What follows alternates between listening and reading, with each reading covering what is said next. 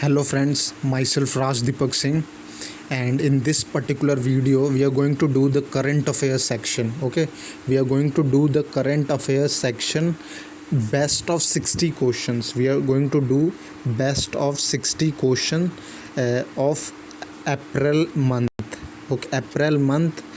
And I have told you in a message, I have published a short video of this series that I'm going to give you month-wise current affairs, and these month-wise current affairs contains 4 parts. Okay, 4 part होंगे हर एक month में, और हर एक part एक week को represent करता है.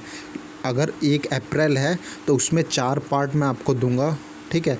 और हर एक पार्ट ये फर्स्ट वीक का होगा, फिर ये सेकंड वीक होगा, देन ये थर्ड वीक होगा, और ये फोर्थ वीक होगा. इससे क्या होगा, आपको एक सीक्वेंशियल में करंट अफेयर्स मिल जाएगा, जिससे आपको कहीं और जाने की ज़रूरत नहीं पड़ेगी.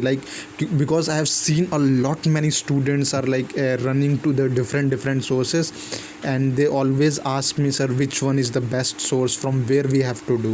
So I am giving you in a sequential manner the best of 60 questions. Look, this question is important and very important with respect to exam point of view, but you have to grab more current affairs from other source also. Okay, I'm not saying depend completely on my source, but these questions, the 60 questions which I am going to do, मतलब ये जो 60 question मैं बताऊंगा ना आपको, इसमें ये 60 question ही नहीं होंगे, इसमें एडिशन होंगे.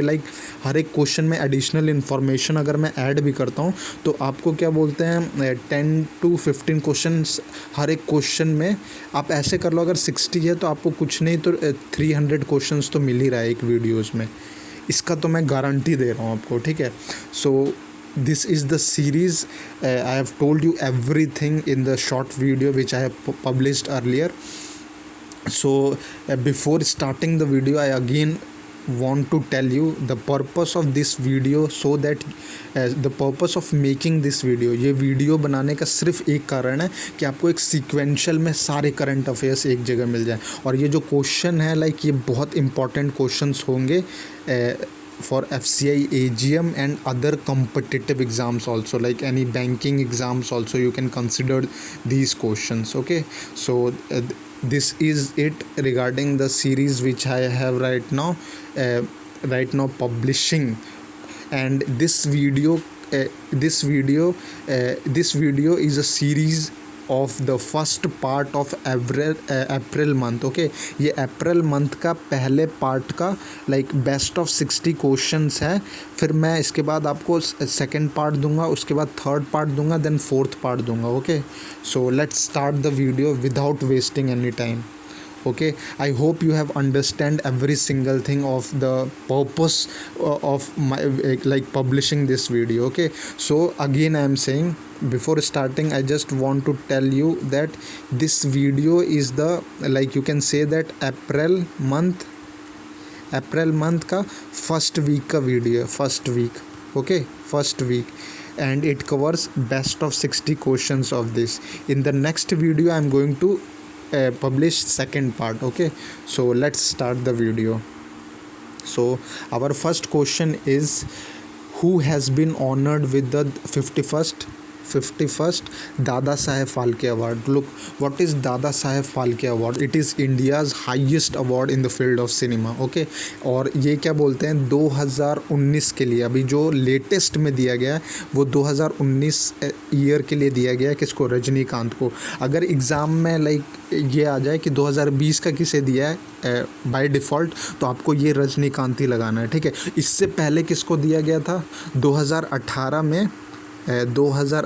में दिया गया था अमिताभ बच्चन को, ठीक है. अमिताभ बच्चन को दिया गया था, अमिताभ बच्चन. और 2019 में ये रजनीकांत को दिया है. ये साउथ के एक्टर हैं, बहुत फेमस है, आपको पता ही होगा. तो ये हो गया 2018-19 का Dada Saheb Phalke award. Again it is India's highest award in the field of cinema. Okay, now move to the next question. So our next question is this one: which nation's special presidential envoy for climate will be visiting India's next week? यानी कि जो April month में जो हमारे India में किसके presidential envoy आए थे इंडिया विजिट करने for climate purpose, okay, for climate purpose. Which nation's special presidential envoy for climate will be visiting India's next year. So वो थे यूनाइटेड स्टेट्स ऑफ अमेरिका, ठीक है। यूएसए के एनवॉय आए थे, क्या बोलते हैं इसमें लाइक क्लाइमेट में पार्टिसिपेशन के लिए, मतलब कुछ वो था, मीटिंग्स वगैरह होते हैं लाइक अपर लेवल पे। सो उसको सॉर्ट आउट करने के लिए लाइक एक क्लाइमेट की एक मीटिंग हुई थी जिसमें यूनाइटेड स्टेट्स से प्रेसिडेंशियल एनवॉय करके आए थे, ठीक है। सो ये आपसे पूछ सकता है डायरेक्ट कि which nation special presidential envoy for climate will be visiting India's next week. So that was from United States of America, okay. So this is regarding question number 2. Now move to the next question.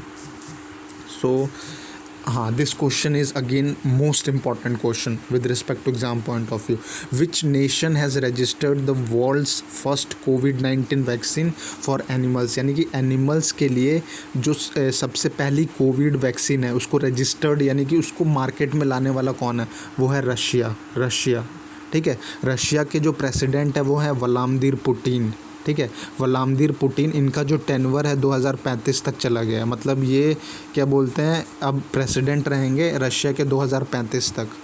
मतलब like वहाँ की जनता जो है इन्होंने, मतलब वहाँ की जनता ने इनको एक्सेप्ट किया है 2035 तक as a presidential election, okay. और ये जो रशिया की जो आप कह सकते हो कैपिटल है वो है मॉस्को, ठीक है। और रशिया की करेंसी है रशियन रूबल। रशिया की जो करेंसी है वो क्या है?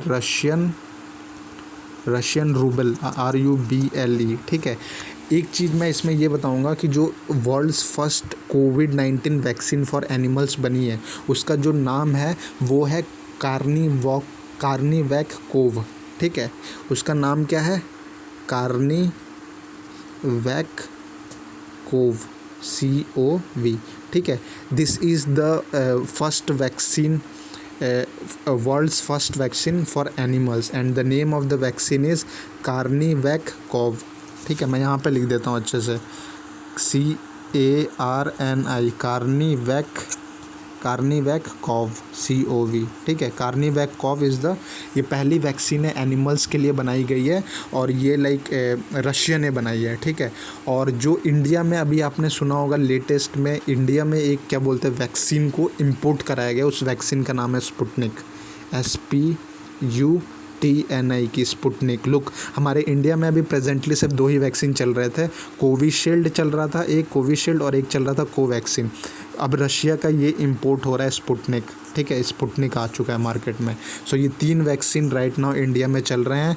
ये 2 जो है वो इंडिजीनियस आप कह सकते हो और ये एक रशिया से मंगाया हुआ है, ठीक है, इंपोर्ट कराया हुआ है। So I have tell you every single thing regarding this question. Now move to the next question. So the next question is, yes, again this question is also important, like the RBI, Reserve Bank of India, has extended the deadline for processing auto debit payment till when? Auto debit payment till when? It is 30th September, ठीक है, it is 30th September. इसमें question में यह है कि the reserve bank of India has extended the deadline for processing auto debit payment till when, यानी कि इसमें लाइक जो भी पेमेंट्स ड्यू पेमेंट्स होंगे, लाइक जो क्या बोलते हैं लोन्स के रिगार्डिंग या फिर डिफरेंट सेक्टर्स के रिगार्डिंग, उसकी जो डेट है उसको बढ़ा दिया है आरबीआई ने। कब तक किया? 30th ऑफ सितंबर, 30 सितंबर तक किया गया है, ठीक है, 30th ऑफ सितंबर। Now additional information I am going to give you.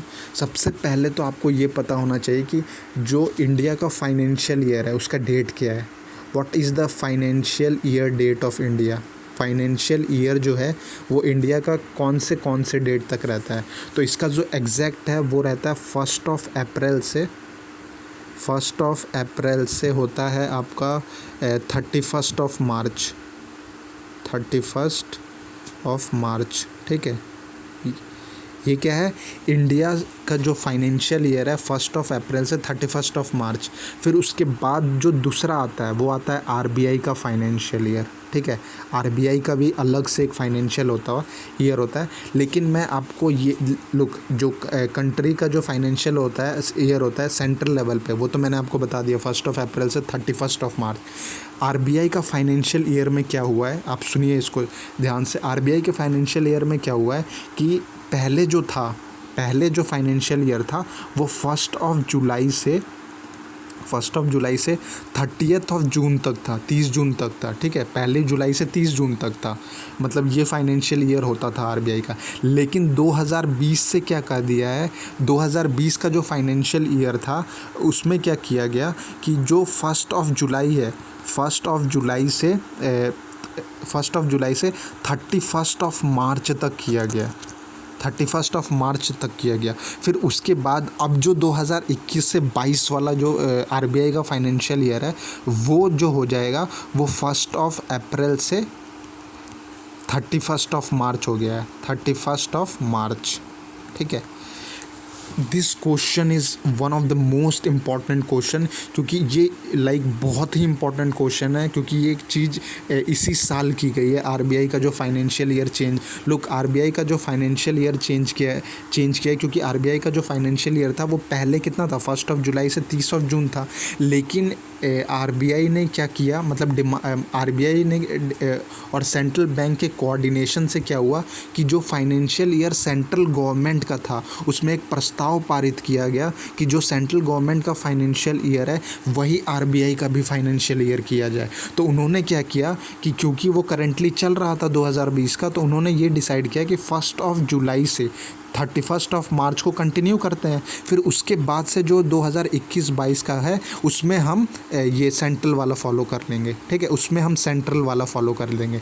तो इसका मतलब कि अगर आपसे अब करेंटली पूछेगा financial year of central government जो सेंट्रल लेवल पे होता है और आरबीआई का जो इंडिविजुअल फाइनेंशियल ईयर है वो दोनों एक हो चुका है, यानी कि और उसका ड्यूरेशन क्या है, 1 अप्रैल से 31 मार्च। रिमेंबर दिस, 1 अप्रैल से 31 मार्च। This is one of the most important additional information I am giving you with respect to the financial year of both central government and with respect to the RBI's financial year, ठीक है। तो लोग जब तक क्योंकि ये आपसे पूछ सकता है कि पहले क्या था और अब क्या चेंज हुआ है, ठीक है। So this is regarding the complete information of the financial year. Now move to the next question. So our next question is, let me raise this. Our next question is, again this is important question. इसमें मैं आपको इसको ये question how many assembly constituencies went to polls in West Bengal under the second phase of voting? Look, सबसे पहले तो आपको मैंने ये बताया, ये जो है वेस्ट बंगाल के इलेक्शन से रिलेटेड क्वेश्चन है। इसका जो इसमें पूछा है कि how many assembly constituencies went to polls in West Bengal under the second phase of voting. Look, total जो वेस्ट बंगाल में जो फेजेस हुए थे जिसमें पोल हुआ था वो टोटल 8 फेज़ कराया गया। इलेक्शन कमीशन जो है इंडिया का उसने 8 फेज़ में वेस्ट बंगाल का इलेक्शन कराया था, ठीक है, 8 फेज़ में। तो इसमें पूछा है कि दूसरे फेज़ में कितने सीट्स के लिए कराया गया था। दूसरे फेज़ में 30 सीटों के लिए कराया गया था, ठीक है, दूसरे फेज़ में 30 सीटों के लिए कराया गया था और ये टोटल 8 फेजेज़ में कराए गए थे। तो टोटल कितने क्या बोलते हैं कॉन्स्टिट्यूंसी सीट्स है, असेंबली कॉन्स्टिट्यूंसी जो वेस्ट बंगाल में, और टोटल कितनी है, ये है 294। एक चीज़ मैं आपको ये बताना चाहूँगा कि ये जो 294 असेंबली कॉन्स्टिट्यूंसी है ये IBPS PO मेंस में क्वेश्चन आया था 2021 में, जनरल GK और GA में। ये क्योंकि ये क्वेश्चन मैंने अटैम्प्ट किया था तो ये क्वेश्चन आया था IBPS PO मेंस के एग्ज़ाम में। ऐसे ही questions they are going to ask you. So इसमें पूछा है कि how many assembly constituency went to poll, तो इसका जो करेक्ट आंसर है वो है 30। टोटल 8 फेजेज़ में हुए थे। वेस्ट बंगाल का जो चुनाव हुआ था 8 फेज़ में 294 सीट्स के लिए हुआ था। और इसमें मैं एडिशनल चीज़ आपको ये बताना चाहूँगा, लुक, वेस्ट बंगाल में जो है वो बाई कैमरल लेगिस्लेचर है। सबसे पहले तो आपको ये पता होना चाहिए, बाई कैमरल लेगिस्लेचर। अब बाई कैमरल लेगिस्लेचर का मतलब कि वेस्ट बंगाल में ये परिषद भी है और विधान सभा भी है। रिमेंबर दिस, वेस्ट बंगाल में दोनों है, विधान परिषद भी है, विधान सभा भी है, ठीक है। इसलिए इसे बाई कैमरल कहा जाता है, बाई कैमरल लेगिस्लेचर, ठीक है। और इसमें लुक, इसमें एक क्वेश्चन आपसे ये भी पूछ सकता है कि वेस्ट बंगाल में ममता बनर्जी कौन से डिस्ट्रिक्ट से लड़ी थी या फिर कौन से एरिया से लड़ी थी, तो उसका जो करेक्ट आंसर है वो है नंदीग्राम। नंदीग्राम से लड़ी थी, नंदीग्राम से लड़ा था इन्होंने। और एक तो ये क्वेश्चन हो गया, और एक पूछ सकता है कि वेस्ट बंगाल का लीडर ऑफ अपोजिशन कौन है, तो वो है फ्रॉम बीजेपी का वो है शुवेंदु अधिकारी, ठीक है। Suvendu Adhikari was the BJP leader who is right now the leader of opposition is the in the West Bengal state assembly, okay. And he और उन्होंने क्या बोलते हैं, ममता बनर्जी को क्या बोलते हैं, नंदीग्राम में हराया था, क्योंकि वो यही फाइट था नंदीग्राम में, वेस्ट बंगाल में नंदीग्राम में फाइट था ममता बनर्जी और शुवेंदु अधिकारी। तो उसमें जीते कौन थे, शुवेंदु अधिकारी। वो जो असेंबली सीट है वो जीत गए, ठीक है, कॉन्स्टिट्यूएंट असेंबली जो सीट है वो जीत गए। लेकिन ओवरऑल जो पार्टी जीती थी, अगेन हाँ, one more thing I just want to tell you कि कौन सी पार्टी जीती है वेस्ट बंगाल में, वो है ऑल इंडिया तृणमूल कांग्रेस, ठीक है। AITC जो है, ऑल इंडिया तृणमूल कांग्रेस, इसकी जो प्रेसिडेंट है वो ममता बनर्जी हैं। और इनके मतलब उसमें इनके सर्विलियंस में मतलब या फिर इनके देख रेख में इन्होंने क्या बोलते हैं इलेक्शन लड़ा था पूरी पार्टी ने, और ममता बनर्जी जीत गई थी। और मतलब ऑल इंडिया तृणमूल कांग्रेस जीत गई थी। और लाइक इनके I think approx they have von 214 seats, 214 की 217 सीट था, I am not exact with the seat, लेकिन 214 to 217 सीट्स ऐसे ही था, क्योंकि उस टाइम पे बहुत ही लाइक ये था कि इलेक्शन कमीशन द्वारा with respect to the exactness of seats. Right now what I know it is like 214, मतलब they have won 214 seats. I want you to check this. Look, I'm giving you as a work, just check how many seats All India Trinamool Congress has won in West Bengal State Assembly election. Okay, so this regarding this. और again एक question और हो सकता है कि like chief minister तो कौन है, ममता बनर्जी हैं। आपसे पूछ सकता है कि who is the governor of West Bengal, तो governor of the West Bengal is Jagdeep Dhankhar, ठीक है, Jagdeep Dhankhar, DHANKAR, Jagdeep Dhankhar is the governor of the West Bengal. Now move to the next question. So our fifth question is again repeated question. West Bengal Chief Minister Mamata Banerjee is contesting the assembly election from which assembly constituency, Nandigram से लड़ा था उन्होंने, ठीक है, नंदीग्राम से लड़ा था। Again important question है, आपको पता होना चाहिए कि उनकी जो कॉन्स्टिट्यूएंट असेंबली सीट थी जो थी वो कहाँ से मतलब उन्होंने लड़ा था, तो वो नंदीग्राम से लड़ा था, ठीक है। और बाकी मैंने सारे डिटेल्स बता दिए। And the governor of the Bengal is Jagdeep Dhankhar, I have told you, ठीक है। Now move to the next question.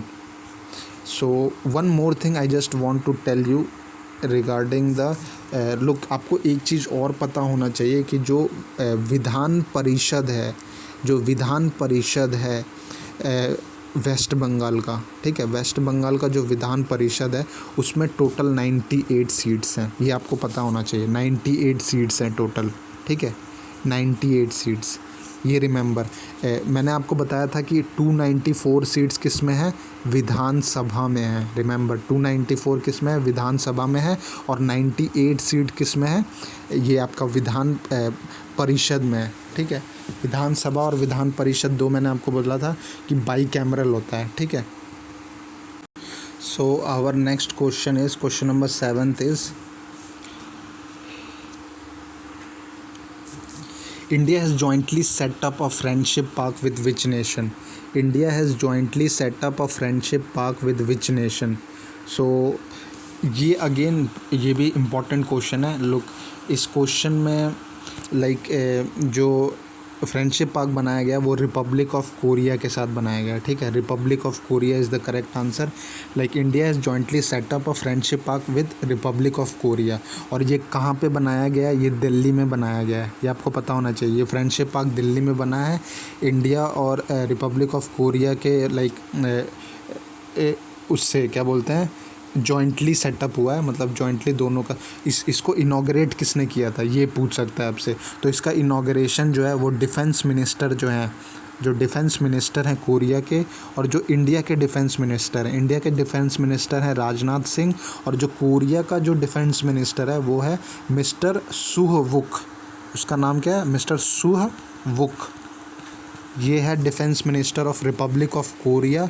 और क्या बोलते हैं, इन दोनों के जॉइंटली ये कोलैबोरेशन है जिससे एक फ्रेंडशिप पार्क बना है। ये पार्क क्या बोलते हैं, दिल्ली में बना है। और क्या बोलते हैं, ये डिफेंस मिनिस्टर के कोलैबोरेशन से, मतलब इन्होंने इनॉग्रेट किया है, ठीक है, ये park.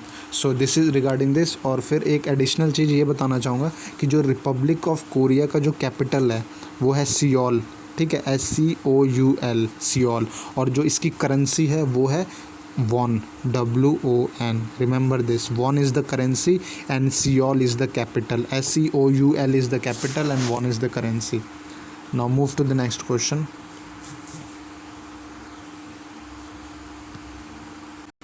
So before getting to this question, I just want to tell you exact seats because look, because exam में जो है exactness पूछता है। तो जो वेस्ट बंगाल में, एक सेकेंड, हम वो क्वेश्चंस पे चले जाते हैं वापस से। Wait, I am going to that question, ठीक है। यस, जो वेस्ट बंगाल में जो क्या बोलते हैं, जो एक्चुअल में ऑल इंडिया तृणमूल कांग्रेस है, उसकी जो सीट्स है, क्योंकि एग्ज़ाम में एग्जैक्ट सीट्स पूछ सकता है कि कितना सीट्स मतलब वो जीते हैं। तो एग्जैक्ट सीट्स, लुक, जो 2016 में इलेक्शन हुआ था उसमें ये लोग 211 सीट्स जीते थे, okay. 211 seats they have von. But right now जो अभी हुआ था करेंटली 2021 में, उसमें इन्होंने टोटल 213 सीट्स जीता है, ठीक है। 213 सीट्स इन्होंने जीता है आउट ऑफ 294 कितने सीट्स हुए? 213 सीट किसने जीता है? ऑल इंडिया तृणमूल कांग्रेस ने। और बीजेपी ने जीता है 77 सीट्स, 77, ठीक है।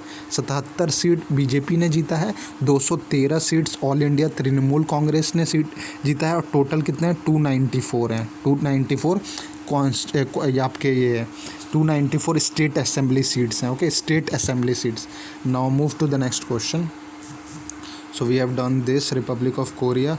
सो we have done this Republic of Korea, India jointly, yes. Now this is question number 8. We have to do this question. First of its kind cruise service has been launched between Surat and which city? तो इसमें बोला है कि सूरत और कौन से city में cruise service को first of its kind cruise service पहली बार किसने, कौन से सिटी में लॉन्च किया है? तो वो है दीव, ठीक है, दीव में लॉन्च हुआ है।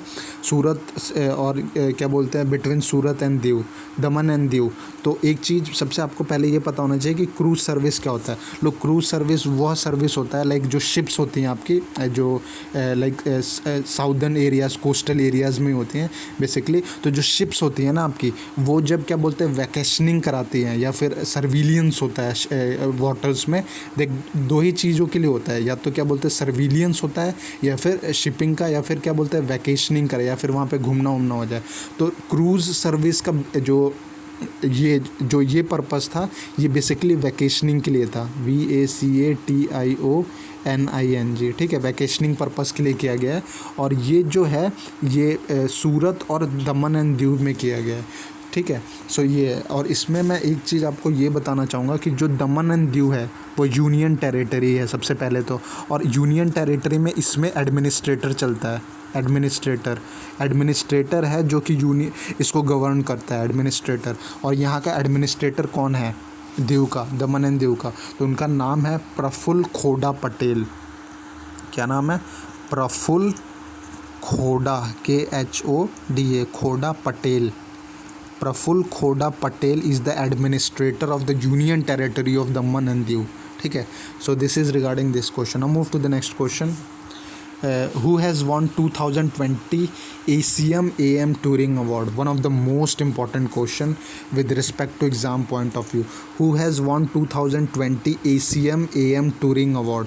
तो वो दिया गया है दो लोगों को, एल्फ्रेड वायनो अहो और Jeffrey David उलमन.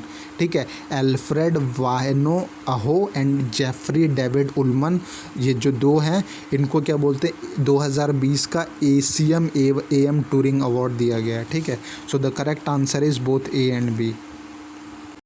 So the correct answer is both A and B. And one thing I just want to tell you, like ACM AM Touring Award जो होता है वो बेसिकली इसको क्या कहते हैं, जो ACM AM Touring Award होता है, ये जो अवार्ड है इसको बेसिकली किस में दिया जाता है, highest distribution in computer science. ठीक है, highest distribution, highest distinction in computer science, sorry, highest मतलब इसका जो डिस्ट्रीब्यूशन होता है, ये जो डिस्ट्रीब्यूशन है, हाईएस्ट डिस्टिंक्शन जो होता है, मतलब ये जो अवार्ड है ACM AM टूरिंग अवार्ड, इसमें जो हाईएस्ट, ये लाइक क्या बोलते हैं, highest distinction in computer science है.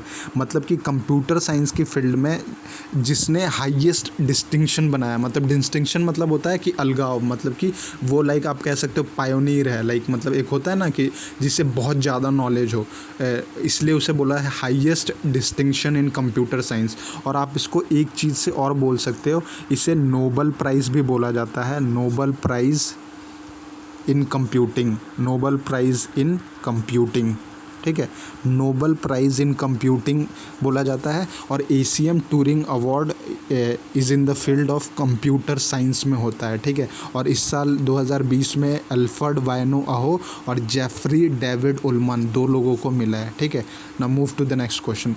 Again important question, very important question. ठीक है, with respect to the upcoming exam. So try to grab this question very effectively. Okay, now move to the next question. So our next question is, next question is, which organization flagged off Akash missiles for delivery to Indian Army? तो इसका जो correct answer है वो है ये Bharat Dynamics limited. ठीक है, तो जो भारत डायनेमिक्स लिमिटेड है, Bharat Dynamics Limited is the organisation which has flagged off Akash missile for the delivery to Indian army. Look, जो आकाश मिसाइल है ये इंडिजीनियस मिसाइल है, मतलब ये इंडिया में ही बनाया जाता है. और अभी रिसेंटली क्या किया गया है, जो सेंट्रल गवर्नमेंट है उन्होंने क्या बोलते हैं प्रपोज़ल, ये मतलब वो किया है, पारित किया है, जिससे कि इसका एक्सपोर्ट होगा. मतलब आकाश मिसाइल जो है ये लाइक आप कह सकते हो इसका एक्सपोर्ट हो रहा है. अब बाहर की जो अलग अलग डिफरेंट कंट्रीज़ हैं उसमें इस मिसाइल को एक्सपोर्ट किया जा रहा है. और ये मिसाइल जो बना के दिया है, मतलब ये missile which organisation flagged off Akash missile, तो ये है भारत डायनेमिक्स लिमिटेड ने. ठीक है, भारत डायनेमिक्स लिमिटेड. ये जो भारत डायनेमिक्स लिमिटेड है इसका जो हेडक्वार्टर है, इसका जो हेडक्वार्टर है वो कहाँ है, तेलंगाना में है, तेलंगाना. ठीक है, तेलंगाना में है. और ये जो भारत डायनेमिक्स लिमिटेड है ये 1970 में फाउंड किया गया था और तेलंगाना में है. ठीक है, तेलंगाना स्टेट में. और ये जो BDL है, भारत डायनेमिक्स लिमिटेड, इसके जो चेयरमैन है उनका नाम है Siddharth Mishra. Remember this, Siddharth SIDD, wait, Siddharth Mishra. तो इसके जो चेयरमैन है उनका नाम है Siddharth Mishra. Siddharth Mishra is the chairman of Bharat Dynamics Limited. Okay, now move to the next question. World Bank has projected India's financial year GDP forecast at what? तो world bank ने जो प्रोजेक्शन की है India की जो financial year है for 2022 के लिए, जो जो प्रोजेक्शन है वो है 10.1. लुक, ये तो वर्ल्ड बैंक का हो गया 10.1. RBI का जो प्रेडिक्शन था वो कितना था, वो RBI का जो था वो 10.5% है. जो IMF है, IMF का है 12.5%. और जो फिच रेटिंग है, फिच रेटिंग का था, Fitch rating I think 9.4%, yes 9.4% था. ठीक है, 9.4%, 12.5% एंड 10.5%। लुक, वर्ल्ड बैंक का 10.1% है, RBI का 10.5% है, IMF का 12.5% और फिच का 9.4% है। ये आपको इम्पॉर्टेंट है, लाइक वो प्रेडिक्शन पूछते हैं कि क्या बोलते हैं कितना प्रिडिक्ट किया गया है, ठीक है। तो ये आपको पता होना चाहिए। जो ग्रॉस डोमेस्टिक प्रोजेक्ट है, जो GDP है, ग्रॉस डोमेस्टिक प्रोडक्शन, उसका फोरकास्टिंग किया गया है। लाइक डिफरेंट ये ऑर्गेनाइजेशंस करते रहते हैं, और ये लाइक अब इसका अपग्रेडेशन होता है, हर 3-3 महीने पे इसका अपग्रेडेशन होता रहता है। तो अभी करंट जो एकदम जो लेटेस्ट में है वो ये आप 4 याद रखिए एग्ज़ाम पॉइंट ऑफ व्यू के लिए, ठीक है। वर्ल्ड बैंक का याद होना चाहिए, RBI का पता होना चाहिए, IMF का पता होना चाहिए, और Fitch rating, again Fitch rating बहुत इंपॉर्टेंट है, इसलिए जो 9.4% है इसको आप याद करें। ये डाटा क्या बोलते हैं, डाटा रिलेटेड क्वेश्चन है, ये डायरेक्ट क्वेश्चन पूछते हैं एग्जाम में। Now move to the next question. Who among the following has won the Bahrain Grand Prix? तो ये वॉल्टेरी बोटास ने जीता था, ठीक है। वॉल्टेरी बोटास ने जीता था बहरीन ग्रैंड प्रिक्स 2021। लुक, बहुत ही सेलेक्टेड ग्रैंड प्रिक्स हैं, जो कि लाइक 2-3 ग्रैंड प्रिक्स बहुत सेलेक्टेड हैं, जो कि लाइक ये जीतते हैं, मतलब अलग अलग लोग जीतते हैं। लेकिन एक कॉमन लाइक एक सिंगल पर्सन है जो बहुत सारे ग्रैंड प्रिक्स जीतता है, वो है लुइस हैमिल्टन। ये लुइस हैमिल्टन जो है, लुइस हैमिल्टन, ये इंग्लैंड का खिलाड़ी है, लुइस हैमिल्टन। ये जो लुइस हैमिल्टन है, ये लाइक ब्रिटिश का खिलाड़ी है, और ये मैक्सिमम ग्रैंड प्रिक्स जीतता है, ठीक है। तो आप एक काम मतलब इसको अगर आपको मतलब रिमेंबर करना हो तो लाइक आप क्या बोलते हैं, जो अगर एग्ज़ाम्स में आते हैं, लाइक मतलब जो लोग को एग्जैक्टनेस नहीं पता होता है, तो मैक्सिमम ग्रैंड प्रिक्स में मतलब ये बताना चाहता हूँ कि लुइस हैमिल्टन जो है ब्रिटिश का खिलाड़ी, वो मैक्सिमम ग्रैंड प्रिक्स को जीतता है। But right now for this question, इस क्वेश्चन में जो बहरीन ग्रैंड प्रिक्स है वो वॉल्टेरी बोटास ने जीता है, ठीक है। Valtteri Bottas is the player who has won the Bahrain Grand Prix. Now move to the next question. Utkal Divas और उत्कला दिवसा is celebrated on dash every year to remember the formation of the Odisha state after a struggle to be recognized as an independent state। Okay, यानी इसमें simple सा ये पूछा है कि उड़ीसा दिवस को कब मनाया जाता है। तो उड़ीसा दिवस को बेसिकली 1 अप्रैल को मनाया जाता है। अगेन इंपॉर्टेंट क्वेश्चन है ये, एग्ज़ाम्स में ऐसे ही क्वेश्चंस लाइक करंट अफेयर्स के जो क्वेश्चंस होते हैं, स्टैटिक क्वेश्चंस होते हैं, और जो आपके क्या बोलते हैं लाइक डिफरेंट एरियाज़ के जो क्वेश्चंस होते हैं। लोग ये क्वेश्चंस आप कह सकते हो एक तरह से स्टैटिक क्वेश्चन है, ठीक है, क्योंकि ये जो उत्कल दिवस है ये हर एवरी ईयर मनाया जाता है। लेकिन क्या बोलते हैं फ्रीक्वेंटली एग्ज़ाम्स में जो क्या बोलते हैं करेंटली चल रहा होता है एग्ज़ाम्स में, जैसे एग्ज़ाम्स में जो क्वेश्चन आ चुके हैं, पूछे होते हैं, उसको वो लोग रिपीट कर देते हैं।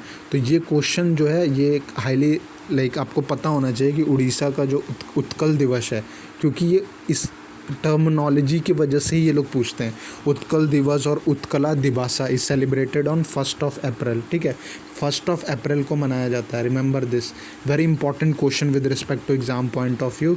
लाइक यहाँ पे देखो क्या लिखा है, the formation of the Orissa state after a struggle to be recognised as an independent state. यानी कि इसे थोड़ा सा स्ट्रगल करना पड़ा था स्टार्टिंग में अपने क्या बोलते हैं इंडिपेंडेंट स्टेट बनाने के लिए। यानी इंडिया में ये पहले क्या बोलते हैं स्टेट नहीं था, लेकिन 1 अप्रैल को क्या बोलते हैं इसका क्या बोलते हैं एज ए इंडिपेंडेंट स्टेट मतलब ये बना था इंडिया में, ठीक है। तो Utkal Divas again I am saying one of the most important question with respect to exam point of view. Now move to the next question. So our next question is, which of the following bank to sell its UK arm to Open Pay Holding Limited, ठीक है। Which of the following bank to sell UK arm to Open Pay Holding Limited? तो ये axis bank ने किया है, ठीक है, ये एक्सिस बैंक ने किया है। और एक्सिस बैंक का जो क्या बोलते हैं हेड क्वार्टर है वो आपका एक्सिस बैंक का जो हेड क्वार्टर है वो आपका मुंबई महाराष्ट्र में है, ठीक है। एक्सिस बैंक का जो हेड क्वार्टर है वो आपका कहाँ है, मुंबई महाराष्ट्र में। एक्सिस बैंक का जो चेयरमैन है, एक्सिस बैंक का जो चेयरमैन है उसका नाम है राकेश मखीजा, ठीक है, MAKHIJ, राकेश मखीजा। और जो इसका MD एंड CEO है एक्सिस बैंक का, उनका नाम है Amitabh Chaudhry. Amitabh Chaudhry is the MD and chief executive officer of Axis Bank. इसका हेडक्वार्टर मुंबई में है। चेयरमैन है राकेश मखीजा और MD है अमिताभ चौधरी। ठीक है नाउ, और एक चीज़ और जो हाईली अभी एग्ज़ाम में बहुत फ्रिक्वेंटली पूछा जा रहा है कि इंडस इंड बैंक जो है, इंडस इंड बैंक, इसका हेडक्वार्टर कहाँ पर है। तो लुक, इंडस इंड बैंक का हेडक्वार्टर ऑप्शंस में दे देता है, 2 ऑप्शंस दे देता है। लाइक देता तो है बहुत सारे ऑप्शंस, लेकिन उसमें 2 कॉमन ऑप्शंस में लोग कंफ्यूज हो जाते हैं। एक होता है पुणे और एक होता है मुंबई। लेकिन इसका जो करेक्ट आंसर है इंडस इंड बैंक, इसका हेडक्वार्टर जो है वो पुणे में है, पुणे महाराष्ट्र में है, पुणे महाराष्ट्र। ठीक है, TRA महाराष्ट्र, रिमेंबर दिस। जो इंडस इंड बैंक है उसका जो हेडक्वार्टर है वो पुणे महाराष्ट्र में है। और एक्सिस बैंक का तो मैंने आपको बता दिया। Now move to the next question. Now where was Ayurveda Parv organized by Ayush Ministry in collaboration with Vinoba Seva Parishthan। ठीक है, तो आयुर्वेदा जो पर्व है वो कहाँ पे लाइक ऑर्गेनाइज़ किया था आयुष मिनिस्ट्री ने, किसके साथ, लाइक कोलैबोरेशन हुआ था। विनोबा सेवा परिष्ठान है एक, ठीक है, उनके साथ कोलैबोरेट किया था आयुष मिनिस्ट्री ने। और ये उड़ीसा स्टेट में ऑर्गेनाइज़ हुआ है। ठीक है, उड़ीसा स्टेट में ऑर्गेनाइज़ हुआ है। अब एक इसमें क्वेश्चन ये आ जाता है कि who is the Ayush minister. तो आयुष मिनिस्टर ऑफ इंडिया है किरण रिजिजू। ठीक है, किरण रिजिजू है आयुष मिनिस्टर इंडिया के। ठीक है, किरण रिजिजू इज़ द क्या बोलते हैं आयुष मिनिस्टर ऑफ, क्या बोलते हैं आयुष मिनिस्टर फॉर द, और he is the union minister in Ayush ministry. मतलब आयुष मिनिस्टर इंडिया के वो हैं, वो किरण रिजिजू। ठीक है, इनका एक पोर्टफोलियो और है स्पोर्ट्स का, लाइक स्पोर्ट्स मिनिस्टर भी हैं। ठीक है, स्पोर्ट्स मिनिस्ट्री भी इन्हीं के पास है। रिमेंबर दिस, स्पोर्ट्स मिनिस्ट्री भी इनके पास है, आयुष मिनिस्ट्री भी इनके पास है, किरण रिजिजू हैं। और जो ये आयुर्वेदा पर्व है ये कहाँ पे मनाया गया है। तो आयुर्वेदा जो पर्व है ये बेसिकली ऑर्गेनाइज़ किया है उड़ीसा स्टेट में। ठीक है, उड़ीसा स्टेट में। Now move to the next question. So SBI has raised from Japan Bank for International Cooperation JBIC to extend loan to the supply chain of the Japanese automobile industry in India। तो SBI ने has raised from Japan कितना loan का लिया है Japan Bank for International cooperation JBIC से। तो ये जो है $1 बिलियन है। Remember this, $1 billion. ठीक है, SBI has raised $1 billion from Japan Bank for International Cooperation to extend loan to the supply chain of the Japanese automobile industry in India। So the correct answer is $1 billion। Now move to the next question. So our next question is look, ये जो previous question है ये again important question है, क्योंकि ये SBI का बहुत बड़ा लोन है। $1 बिलियन बहुत बड़ा लोन होता है। तो स्टेट बैंक ऑफ इंडिया ने $1 बिलियन का लोन लिया है Japan Bank for International Cooperation. ठीक है, now move to the next question. The RBI has extended the time line for processing recurring online transaction by. तो ये इसका जो करेक्ट आंसर है वो 12 मंथ्स है। ओके, मतलब जो 12 मंथ्स का जो एक्सटेंशन हुआ है, the RBI has extended by 12 months timeline for processing recurring online transaction। ठीक है, for processing recurring online transaction। तो इसका जो एक्सटेंशन हुआ है वो 12 मंथ्स के लिए हुआ है। ठीक है, तो ये भी इम्पॉर्टेंट क्वेश्चन है, आपको ये पता होना चाहिए। Now move to the next question. So our next question is how much amount the government has decided to borrow in the first half of 2021-22 fiscal financial year 22 to meet resources to review the economy hit by coronavirus pandemic। How much amount the government has decided to borrow in the first half। तो first half के लिए 7.24 lakh crore is the correct answer. 7.24 lakh crore the government has decided to borrow in the first half of the financial year 2022। ठीक है, ये मैंने आपको financial year का बताया है कब से कब तक होता है, तो ये हाफ है। हाफ का मतलब कि क्या बोलते हैं 6 महीने के लिए 7.24 लाख करोड़ का जो गवर्नमेंट ऑफ इंडिया ने है वो डिसाइड किया है कोरोना वायरस पैंडमिक में, क्या बोलते हैं जो कोरोना वायरस पैंडमिक है उससे रिवाइव होने के लिए, ठीक है। Now move to the next question. The state was originally called Odisha but the Lok Sabha pass the Odisha bill under one of the most important question, ठीक है, under 113th amendment in March 2011 to rename it Odisha, ठीक है। यानी 113वें amendment में लोकसभा में ये passed हुआ था, जिसमें कि जो the state was originally called, पहले उसे उड़ीसा बोला जाता था, लेकिन 113वें अमेंडमेंट जो कि लोकसभा में ये पास हुआ था 2011 में, सो उसमें रीनेम कर दिया गया उड़ीसा से ओडिशा ODISH है, ठीक है। So 130th amendment is the correct answer. Now move to the next question. United Nations Economic and Social Commission for Asia and the Pacific has projected India's economic growth at 7%. India's economic growth at 7% in 2021-22 के लिए जो United nation economic and social commission है, लोग ये जो United nation economic and social commission है ये एक बॉडी है, किसकी, यूनाइटेड नेशन की ही बॉडी है। और इसका हेडक्वार्टर कहाँ पे है, इसका हेडक्वार्टर आपका है न्यूयॉर्क में है, ठीक है, New York United States of America में है। तो ये यूनाइटेड नेशन की एक बॉडी है जिसने क्या बोलते हैं इंडिया की इकोनॉमी को प्रोजेक्ट किया है और कितना बताया, 7% बताया। Remember this, 7%। Now move to the next question. So what is the rank of India in the Global Gender Gap Index 2021 released by the World Economic Forum? तो वर्ल्ड इकोनॉमिक फोरम के द्वारा जो ग्लोबल जेंडर गैप इंडेक्स है उसमें India की rank है 140। ये important question है, one of the most important question है with respect to exam point of view. Like global gender gap बहुत पूछता है एग्जाम में, तो और ये क्या बोलते हैं जारी कौन करता है, वर्ल्ड इकोनॉमिक फोरम इसको जारी करता है, ठीक है। इंडिया की रैंक है 140 जो है इंडिया की रैंक है। और जो एक चीज़ मैं आपको और बताना चाहूँगा कि ये जो वर्ल्ड इकोनॉमिक फोरम है इसका हेडक्वार्टर जो है वो है कहाँ पर है, वो कॉलोनी COLONY कॉलोनी स्विट्ज़रलैंड में है, SWITZERLAND, ठीक है। स्विट्ज़रलैंड कॉलोनी में इसका हेडक्वार्टर है, किसका, वर्ल्ड इकोनॉमिक फोरम का। और ये world Economic forum global gender gap को रिलीज़ करती है जिसमें इंडिया की जो रैंक है वो 140th है। Now move to the next question. So which country has topped the global gender gap, okay, उसी से रिलेटेड है। तो जो ग्लोबल जेंडर गैप को टॉप किया है, जो वर्ल्ड इकोनॉमिक फोरम ने रिलीज़ किया है जो ग्लोबल जेंडर गैप इंडेक्स, उसमें जो फर्स्ट नंबर पे है वो है आइसलैंड। Remember this, Iceland. और आइसलैंड का जो कैपिटल है वो, आइसलैंड की जो कैपिटल है वो है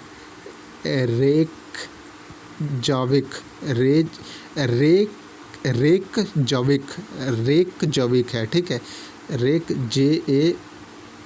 REYK। इसका जो करेक्ट स्पेलिंग है, एक सेकंड मैं स्पेलिंग लिख देता हूँ इसका करेक्ट स्पेलिंग है। इसका जो कैपिटल है वो है REYKJAVIK, ठीक है, VIK। ये हो गया रेकजाविक। और जो करेंसी है इसकी वो है krona, KRONA। Krona is the currency of Iceland and Reykjavik is the capital, ठीक है। ये कैपिटल है और ये करेंसी है किसकी, आइसलैंड की। और आइसलैंड जो है ग्लोबल जेंडर गैप इंडेक्स 2021 में जो वर्ल्ड इकोनॉमिक फोरम ने उसमें टॉप पे है, ठीक है, वो टॉप पे है ग्लोबल जेंडर गैप इंडेक्स में। अब move to the next question. So our next question is Facebook and Google are to build new cables under the sea called dash and Bifrost to connect the United States to Singapore and which country? तो इसमें जो correct answer है वो है Echo and Indonesia. Look, Facebook and Google are to build new cables under the sea, यानी Facebook और Google जो है वो नए मतलब जो नए केबल हैं वो जो समुद्र है उसके अंदर में लाइक बिछा रहे हैं। और ये इस क्या बोलते हैं इसको क्या कहा गया है, इसको इको कहा गया है, ठीक है। इसको बेसिकली क्या कहा गया है, इको, ECHO, इको। और ये कहाँ से हो रहा है, एंड बाइफ्रॉस्ट जो होता है, Echo and Bifrost to connect the United States से सिंगापुर एंड इंडोनेशिया, ठीक है, इंडोनेशिया। और ये जो है मतलब इसको इनिशिएटिव को बोला गया इको एंड बाइफ्रॉस्ट, ठीक है, इको एंड बाइफ्रॉस्ट। ये देखो इको एंड बाइफ्रॉस्ट, और ये कहाँ से कहाँ तक है, US to Singapore and Indonesia, US to Singapore and Indonesia. Indonesia के जो प्रेसिडेंट हैं, इंडोनेशिया का जो प्रेसिडेंट है उसका नाम है Joko Widodo, Joko Widodo, WIDODO, Joko Widodo. Remember this, Joko Widodo is the president of the Indonesia. Now move to the next question. 24th question is, World Autism Awareness Day is observed internationally on dash every year to raise awareness about people with autism spectrum disorder throughout the world. तो ये basically 2 अप्रैल को मनाया जाता है। क्या है ये, world autism awareness day जो होता है ये 2 अप्रैल को मनाया जाता है, रिमेंबर दिस। और इस साल का जो थीम था इसका, ये पता होना चाहिए आपको, इस साल का जो थीम था वर्ल्ड ऑटिज्म अवेयरनेस डे का, वो था theme inclusion, INCLUSION, inclusion in the workplace, inclusion in the workplace, inclusion in the workplace, challenges and opportunities, challenges and opportunities, OPPOUR, challenges and opportunities in a post pandemic world, in a post pandemic world, ठीक है। तो ये जो है ये world autism awareness day का जो internationally मनाया जाता है उसका थीम है inclusion in the work place, challenges and opportunities in a post pandemic world. और ये कब मनाया जाता है, 2 अप्रैल को मनाया जाता है, remember this, 2 April. Now move to the next question. So our next question is, International Children's Book Day is organized annually on 2 अप्रैल। 2 अप्रैल को मनाया जाता है since 1967 by the International Board on Books for Young People, ठीक है। Again ये important question है कि international Children's Book day जो होता है इज़ ऑर्गेनाइज्ड एनुअली ऑन 2 अप्रैल। 2 अप्रैल को मनाया जाता है इंटरनेशनल चिल्ड्रंस बुक डे। और ये कब से मनाया जा रहा है, since 1967 by the international board on books for young people, ठीक है। तो ये 2 अप्रैल को इंटरनेशनल चिल्ड्रंस बुक डे मनाया जाता है। Again most important question with respect to exam point of view, ठीक है। Now move to the next question, what is the theme of International Children's Book Day 2021? So the correct answer is the music of world, the music of world, the music of world है, world नहीं है, ये world नहीं होगा, word है, ठीक है। The music of word, the music of word is the theme of International Children's Book Day. और इंटरनेशनल चिल्ड्रंस बुक डे अभी मैंने आपको बताया था पिछले क्वेश्चन में कि इंटरनेशनल चिल्ड्रन बुक्स डे जो है वो 2 अप्रैल को मनाया जाता है, ठीक है। International Children's Book Day celebrated on 2 April और उसका जो थीम है वो है द म्यूजिक ऑफ वर्ड्स, ठीक है। Now move to the next question, who among the following took over the charge of director general of employ state insurance corporation? Mukhmeet Singh Bhatia. Mukhmeet Singh Bhatia has taken the charge of director general of employ state insurance corporation, ESIC के जो director general हैं वो कौन है, मुखमीत सिंह भाटिया, ठीक है। मुखमीत सिंह भाटिया। अब ये जो एम्प्लॉयड स्टेट इंश्योरेंस कॉर्पोरेशन है ESIC, ये जो है ये लेबर मिनिस्ट्री के अंडर में आता है, रिमेंबर दिस, लेबर मिनिस्ट्री के अंडर में आता है, लेबर मिनिस्ट्री। और हमारे जो यूनियन लेबर मिनिस्टर है यानी कि हमारे जो श्रम मंत्री हैं वो कौन है, श्रम मंत्री का नाम है, जो हमारे श्रम मंत्री हैं लेबर मिनिस्टर गंगवार करके है, सो संतोष गंगवार जो हैं वो हमारे संतोष SANTOS, संतोष गंगवार, ठीक है। Santosh Gangwar is the labour minister, ठीक है। ये क्या है, ये basically minister of state independent charge है, ठीक है। ये minister of state independent charge में मतलब पोर्टफोलियो है, श्रम मंत्री हैं इंडिया के संतोष गंगवार, और ईएसआईसी इन्हीं के अंडर में आता है। ईएसआई किसके अंडर में आता है? लेबर मिनिस्ट्री के अंडर में आता है, रिमेंबर दिस। और जो ईएसआईसी के जो डायरेक्टर जनरल हैं वो कौन है? Mukhmeet Singh Bhatia. Now move to the next question. So our next question is, Dash has assumed additional charge as chairman and managing director of Oil and Natural Gas Corporation. तो ये Subhash Kumar is the chairman and managing director of Oil and Natural Gas Corporation. ठीक है, remember this. Again this question is one of the most important question with respect to exam point of view. ठीक है, like Oil and Natural Gas Corporation का जो additional charge लिया as a chairman and managing director is Subhash Kumar. Now move to the next question. Where did the multinational military exercise named Shantir Orog-Sena 2021 front runner of the peace is scheduled to be held? ये बांग्लादेश में हुआ है. ठीक है, ये जो शांतिर और सेना 2021 मिलिट्री एक्सरसाइज है, मल्टीनेशनल मिलिट्री एक्सरसाइज है, ये कहाँ पे शेड्यूल किया गया है? ये बांग्लादेश में शेड्यूल किया है. बांग्लादेश की कैपिटल है ढाका और करेंसी है taka. Now move to the next question. Where is Paytm Money has set up new R&D facilities? R&D facilities is your recurring and deposit facility. R&D facility is your recurring and deposit facility. Where is Paytm Money has set up a new R&D facility? ये जो है ये पुणे में किया गया है. ठीक है, पुणे में इस फैसिलिटी को वो किया गया है, मतलब इसको लॉन्च किया गया है, जो सेटअप किया गया है वो पेटीएम मनी ने पुणे में किया है. Now move to the next question. So our next question is, which railway zone become 100% fully electrified recently? तो ये है वेस्ट सेंट्रल रेलवे जोन. और इसका जो सेंटर है वो कहाँ पड़ता है? वेस्ट सेंट्रल रेलवे जोन ये जबलपुर का है. रिमेंबर दिस, ये कहाँ का है? जबलपुर का है. जबलपुर कहाँ पर आता है? मध्य प्रदेश में आता है.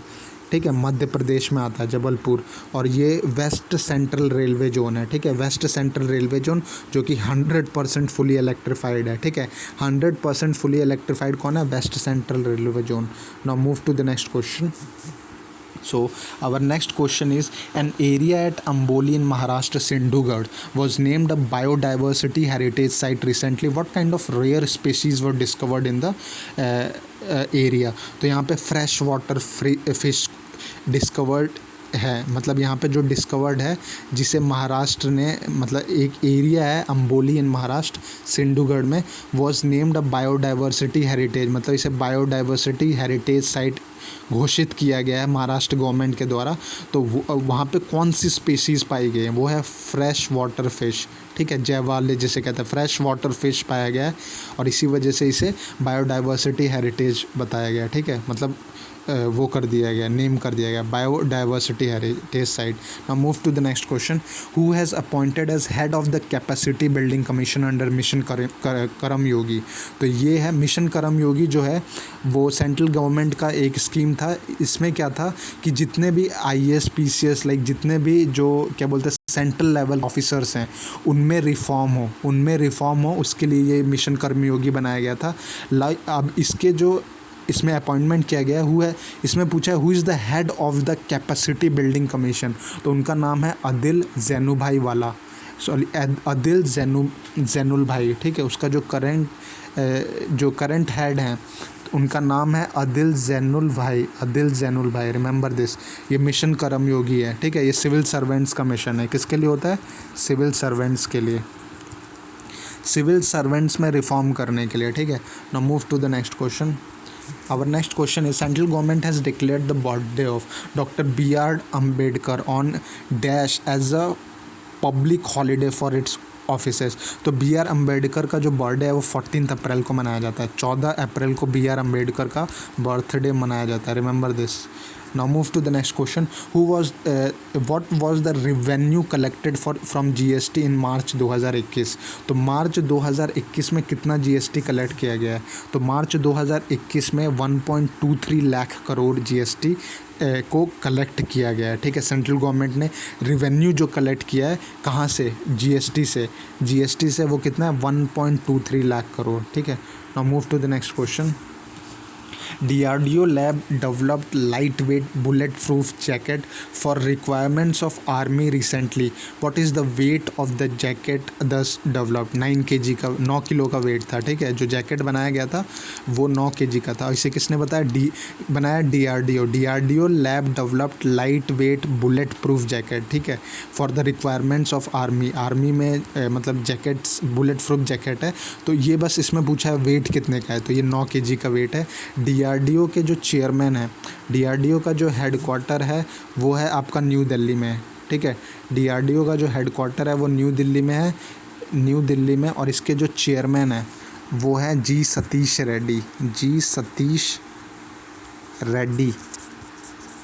G. Satish Reddy is the chairman of the DRDO. Now move to the next question.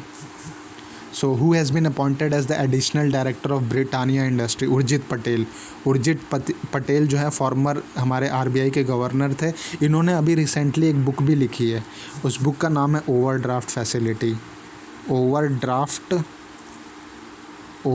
Facility book का नाम है, इन्होंने लिखा है, ठीक है। ये उर्जित पटेल जो कि RBI के फॉर्मर गवर्नर हैं, इन्हें अपॉइंट किया है additional director of Britannia Industries ने, ठीक है।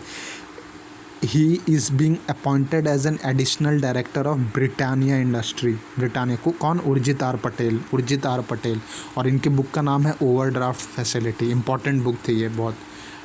Move to the next question. Who among the following is the author of the book Supari Palana, ठीक है।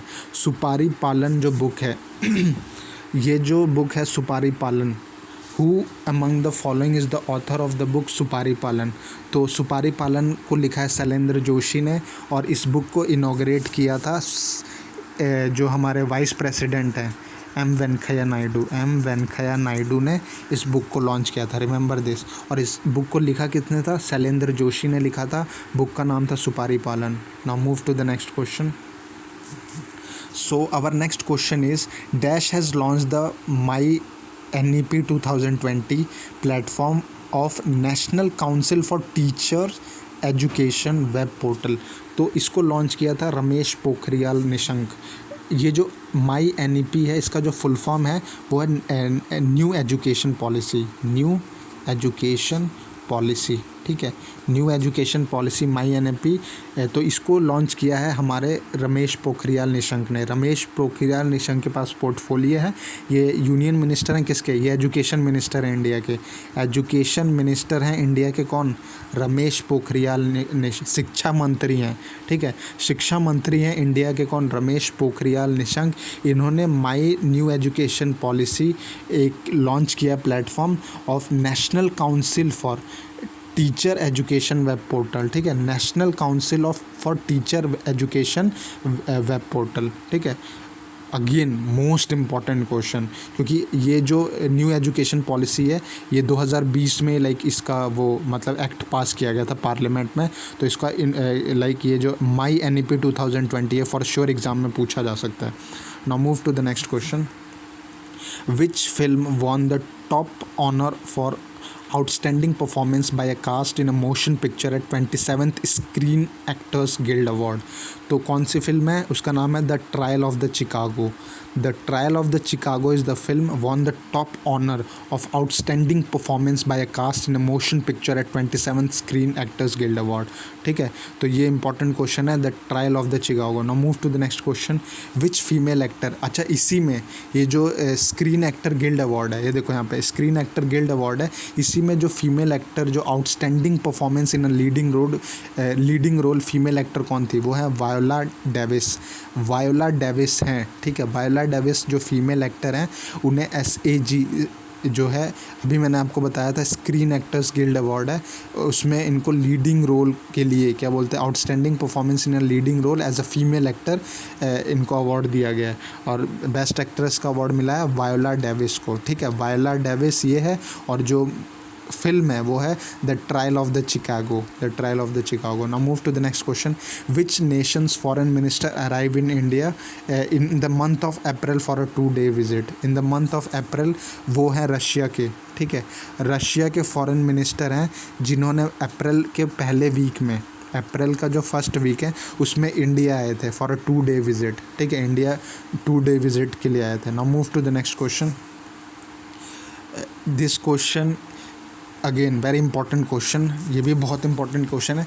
Which state government has announced कोविड-19 vaccination for journalist? Uttarakhand. Uttarakhand की सरकार ने सबसे पहले अनाउंस किया, like which state government has announce कोविड-19 वैक्सीन फॉर जर्नलिस्ट। जो पत्रकार हैं उनको वैक्सीन के लिए जो अनाउंस किया है वैक्सीनेशन के लिए, वो सबसे पहले उत्तराखंड की सरकार ने किया है। उत्तराखंड का जो चीफ मिनिस्टर है, उत्तराखंड के जो चीफ मिनिस्टर हैं उनका नाम है तीरथ सिंह रावत, ठीक है।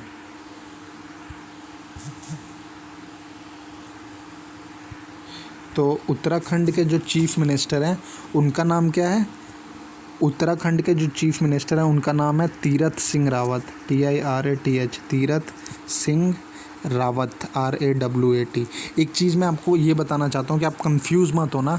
एक त्रिवेंद्र सिंह रावत हैं, त्रिवेंद्र सिंह रावत, ये जो है उत्तराखंड के पहले फॉर्मर चीफ मिनिस्टर थे। इन्होंने क्या बोलते हैं रिज़ाइन दे दिया, फिर उसके बाद तीरथ सिंह रावत को चीफ मिनिस्टर दिया गया उत्तराखंड का, ठीक है, उत्तराखंड का। और उत्तराखंड की जो गवर्नर हैं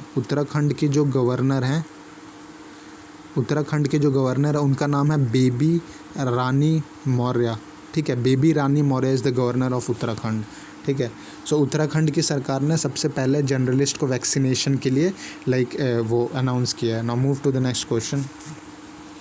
विच nations former crown prince has reportedly been placed under the house arrest? तो वो है जॉर्डन, ठीक है। जॉर्डन के जो क्राउन प्रिंस हैं, जॉर्डन नेशन के जो फॉर्मर क्राउन प्रिंस थे उन्हें अभी क्या बोलते हैं हाउस अरेस्ट में रखा गया है, ठीक है। जॉर्डन की जो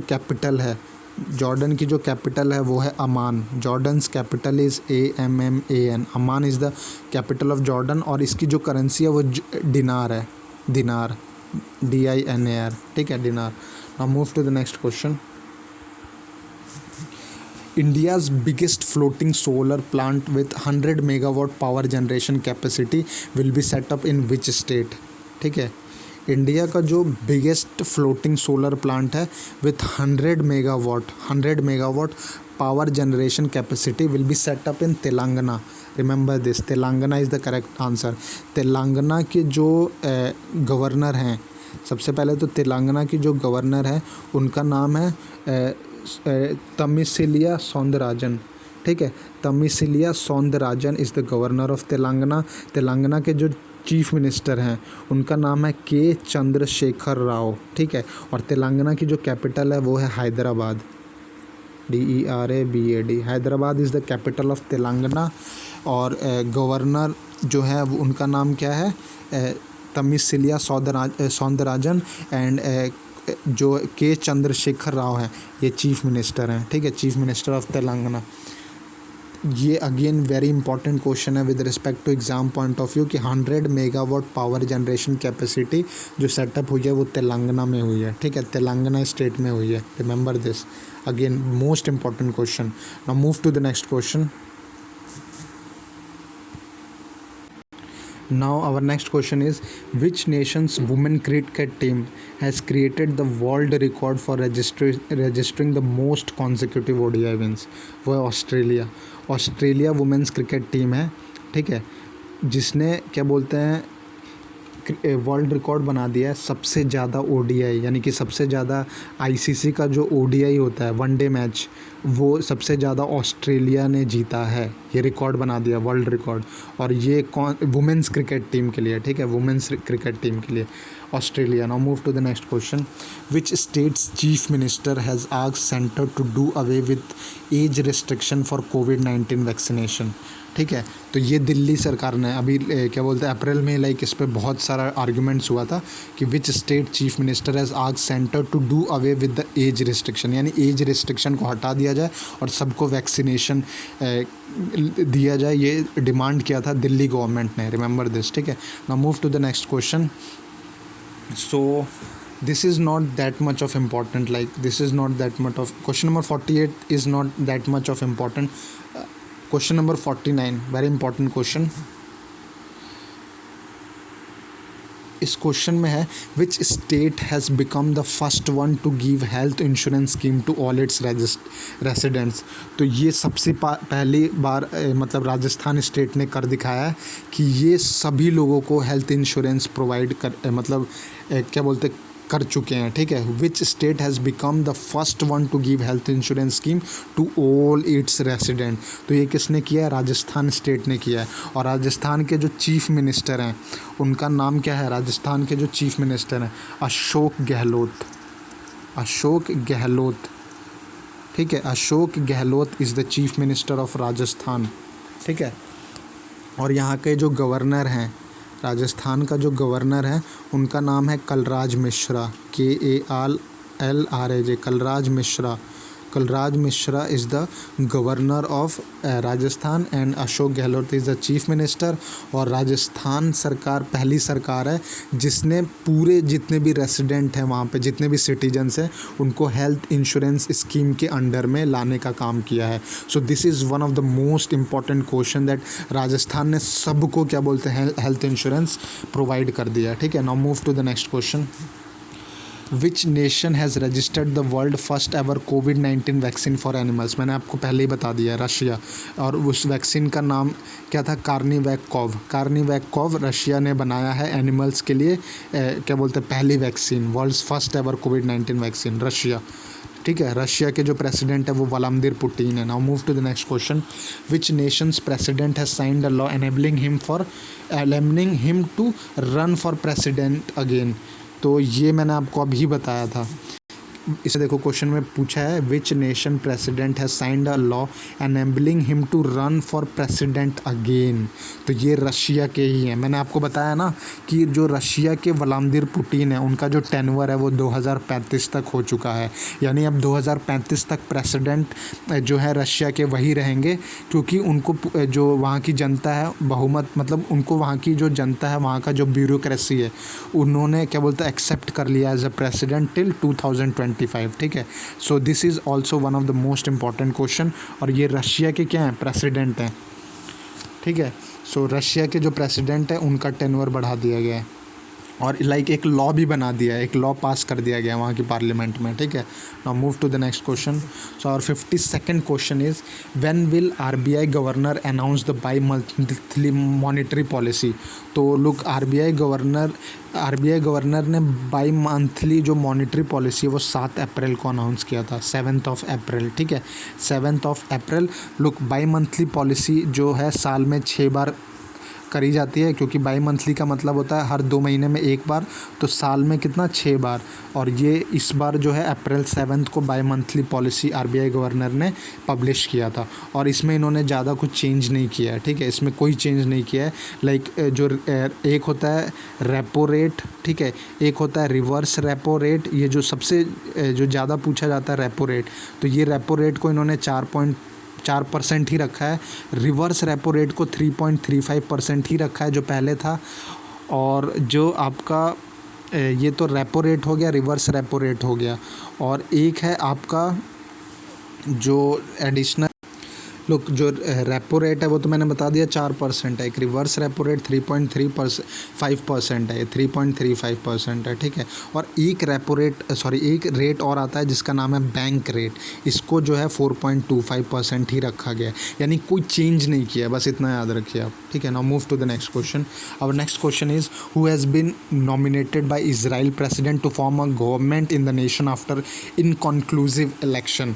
तो वो है Benjamin Netanyahu. Benjamin Netanyahu is the Israel president, current Israel president, ठीक है। इजराइल के जो करंट प्रेसिडेंट है उनका नाम है Benjamin Netanyahu, remember this.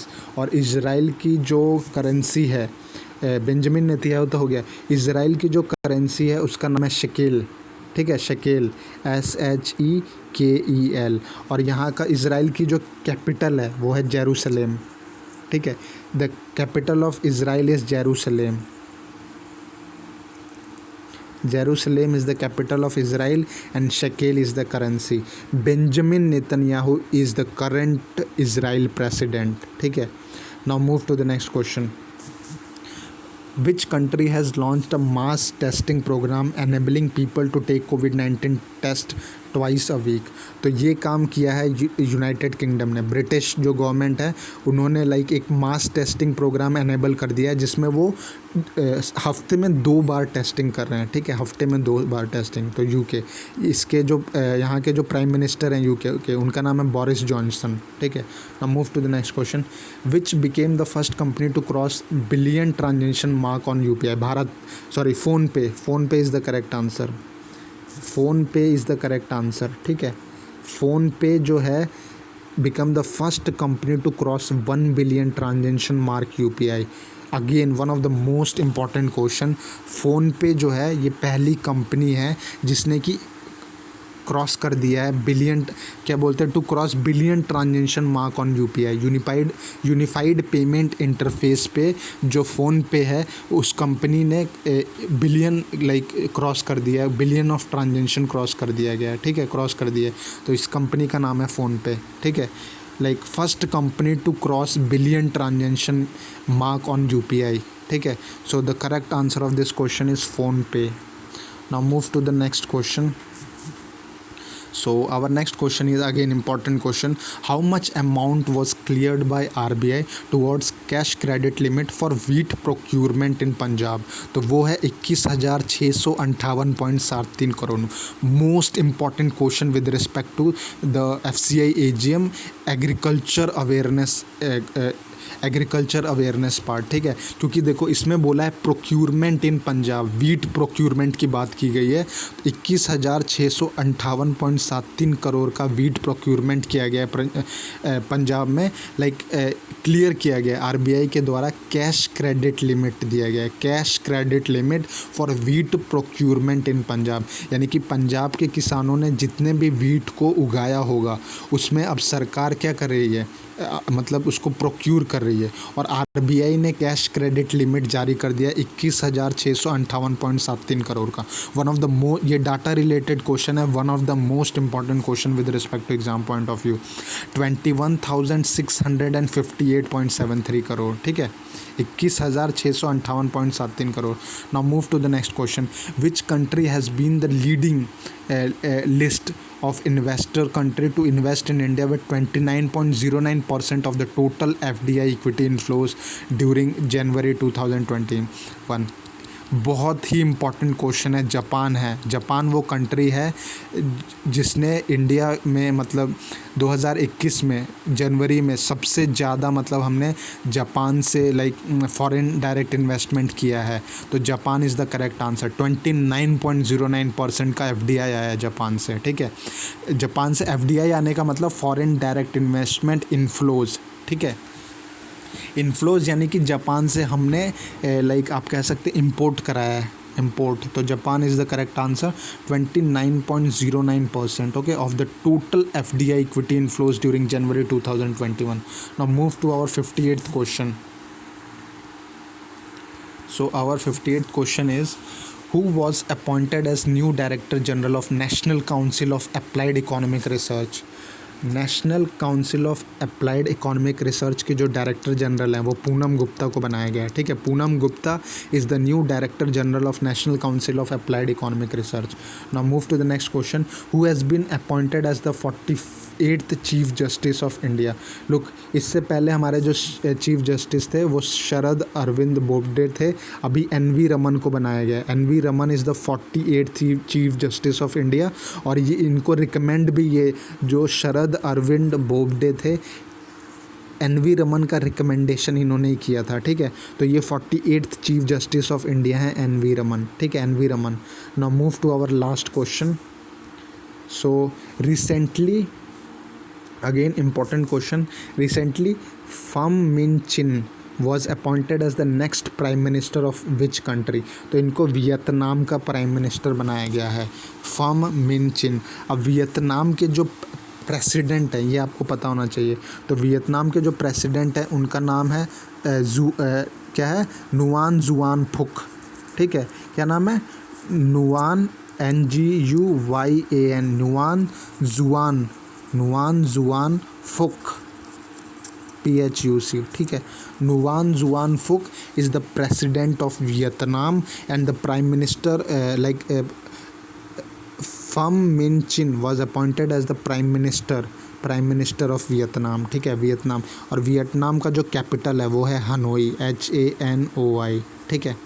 So this is it. ये जो नुआन जुआन फुक हैं ये प्रेसिडेंट है, वियतनाम कंट्री के प्रेसिडेंट है नुआन जुआन फुक, ठीक है। So this is it regarding the first part of, you can say that, एक सेकेंड, हाँ, this is regarding the first part of the best of 60 question. ये पहला वीक को पूरा कवर करता है, first week of April best of 60 questions था।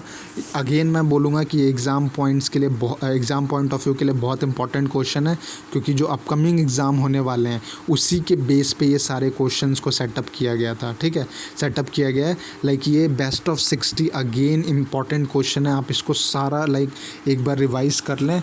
और क्या बोलते हैं इसको आप मतलब ये जितने भी 60 क्वेश्चंस हैं इसको आप एक बार क्या बोलते हैं 1 2 3 बार मतलब आप रिवीजन करते रहें इसका, ठीक है, क्योंकि ये बेनिफिशियल होगा आपके आने वाले अपकमिंग एग्ज़ाम्स के लिए। सो this is it. And lastly